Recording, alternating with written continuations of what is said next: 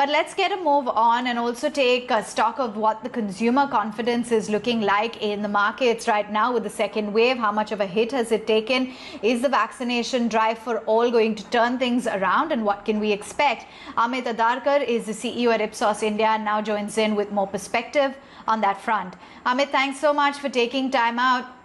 Now, we have seen the second wave hitting the country in full swing. The Prime Minister as well acknowledging that it's been far worse and shaken the country much more than one had anticipated. So how has all of this impacted the consumer confidence? And do you think that even the month of May, we can pretty much write it off as being much lower? Good morning, and thank you for having me here. I think that's an interesting question because, consumer confidence is obviously a bellwether of things to come. I think post the first lockdown, where the consumer confidence actually took a fair amount of beating, one of the highest drops in just 1 month's time, from April to May, we had seen a very slow but painful recovery in the confidence till beginning of this year. And last 2 months, the outlook has again started turning negative, March and April. Now, at this stage, the drop that we have seen from, let's say, early this year and to, let's say, March and April, where we've seen a decline, it's not something which is a big worry as of now. But I think next 2 months, and especially May, is going to be very critical because obviously the second wave is in full swing, and that does influence the consumer confidence quite a bit. But what is also interesting is, people usually fear the unknown, and something which is not very well known or they don't understand, the degree of fear is much more. So I think also looking at the data, my opinion is that, the kind of fear we had maybe a year ago about the virus, that fear has gone down a bit despite being in the middle of the second wave. And in fact, interestingly, last month and even the month before that, a lot of people actually claim that unemployment is a much bigger issue than COVID per se. But all said and done, the current virus outbreak is something to watch out for. There are a couple of other two things which will also decide how the consumer confidence is going to hold up in the next 2 months. I think one thing, as you rightly said, the pace of vaccination. And vaccination, I think, apart from the do-good role of the vaccine, it also has a feel-good role. And what is interesting is that we do monitor consumer confidence in many countries. And if I look at March to April, the 3 countries where you've seen the maximum increase in consumer confidence have been Israel, the US, and the UK.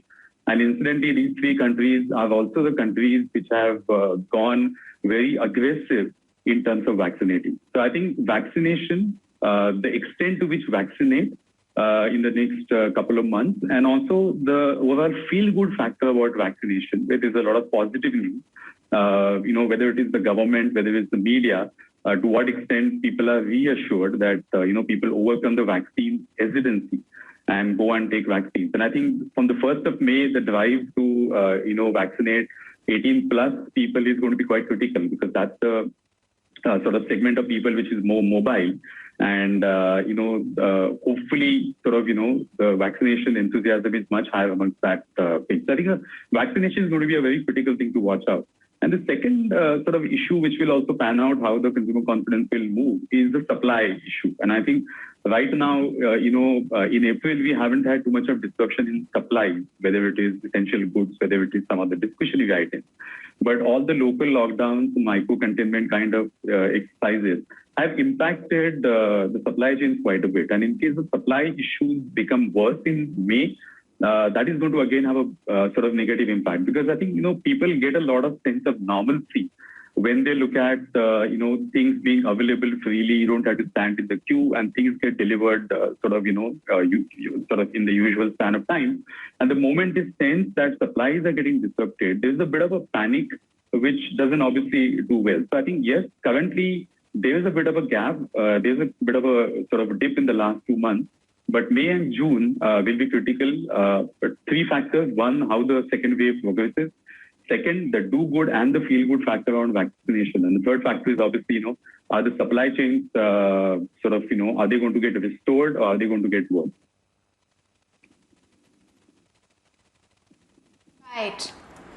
Right. Now, you analyze 4 sub-indices, jobs, personal finances, savings and investment, and the economy, which has been the worst impacted. What does this indicate in these sub-indices? Sure.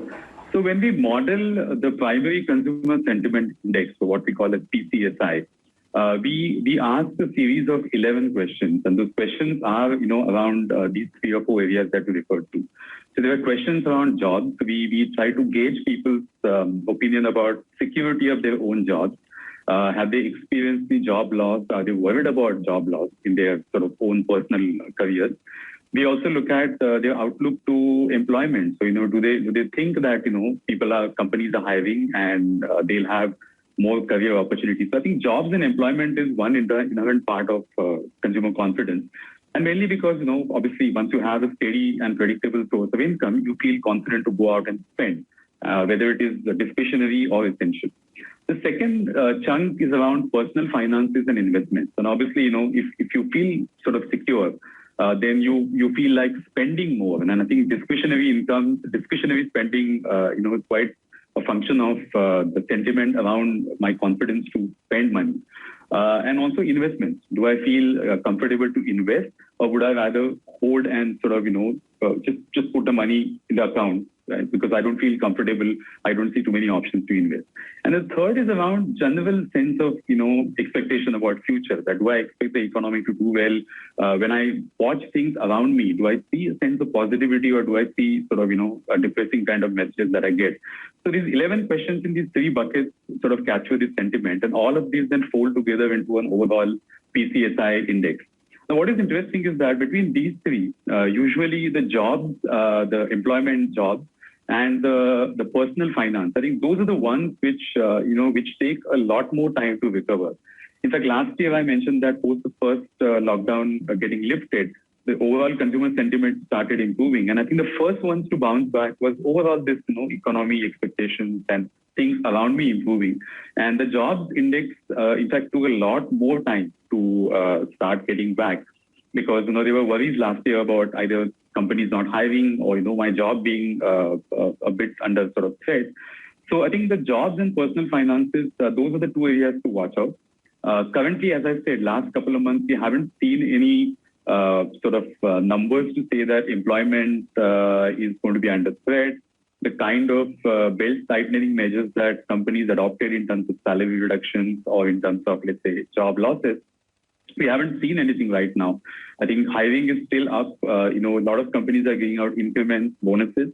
So far, we haven't seen a worry. But as I said, next 2 months are critical in case things start going downhill, especially on the job scenario, and also on, personal income and investment and sort of, confidence scenario. Then I think it's going to be a very slow and painful downhill process, because those indices take a lot much time to recover back. Sure. Right. Yeah. Okay. So what has been the key difference, you think, in consumer sentiment from what we saw in the last wave versus this time around? So a couple of things. I think first thing, as I said, the entire COVID threat was a big unknown 1 year ago. And I think this time there is a sense of, I know what it is. And I think sometimes, that's also a bad trend, because that leads to complacency. Let me give a simple example. There are so many other life-threatening diseases, with cancer, heart diseases, even road accidents for that matter. But, as people, as human beings, we don't take them so seriously, because we live with these, diseases and sort of, fatalities for most of our lives. So 1 year ago, I think, everybody heard COVID maybe for the first time, and nobody knew when the lockdown happened. So a lot of it, the sentiment was quite sort of worrying. That became the top issue for most of the consumers. Right now, I'm not saying it's not an issue. It is certainly an issue. But, it's the other problems where, my job security, some of the economic worries, I think those are also taking, big sort of share of people's mind. So yes, now it's not so much a fear of the unknown. I think now, jokes apart, but, a lot of people are now becoming experts on sort of, COVID and COVID treatment.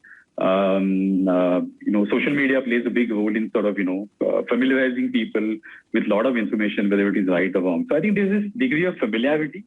And interestingly, with vaccines, now it's the other way around. Vaccine, even right now, though the country has done a fair amount of vaccination, but to a lot of people, vaccine is something which is a bit of an unknown. And just the way people fear the unknown, people also get excited by the unknown. If I'm going to get, let's say, 100 rupees every day for the next 30 days, it becomes boring.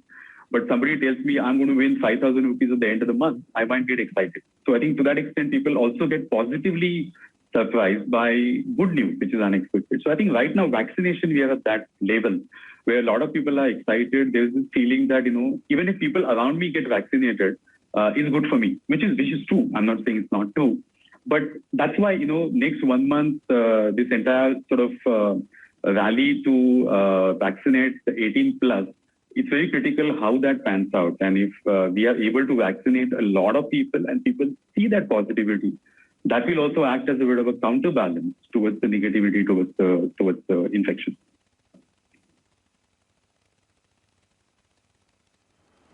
And apart from, the cases continuing to spiral and the vaccine not coming under control, what are some of the other challenges that you foresee to consumer confidence, and any other steps you think the government can take in order to allay these fears or concerns or keep the situation under control?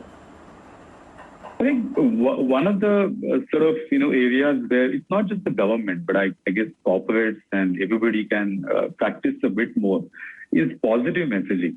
Because, all said and done, a lot of us have been pretty much, locked up for a large part of last year. And now also with so many restrictions, people are, not able to do things that they would want to do. And obviously, COVID requires that we need to follow all the compliances and, follow the COVID appropriate behavior. But I think, one of the challenges which sort of plays on people's mind and it results in a bit of a negativity, which leads to a negative sentiment, is when people get a sense that there's no hope. So I think there needs to be a lot of responsible and positive messaging. Obviously, there's no point in sugarcoating and, saying that everything is okay when things are not okay. But many times there's a degree of negativity which is maybe unwarranted. And also there's a degree of confusion. And I think one of the biggest learnings when we track consumer sentiment is that people don't like uncertainty. Whether it is, sort of good news or bad news, it's easier to lay it out in front of people. And I think it's some of the local restrictions which keep on changing every other day, or, you used to do a lot of to and fro on various things that causes a lot of confusion. And at times, what you also need is clear messaging, hopefully a bit more positive and responsible messaging. So I think those are the 2-3 things that maybe, whether it is the government, whether it is the corporate, they can adopt and sort of take it up.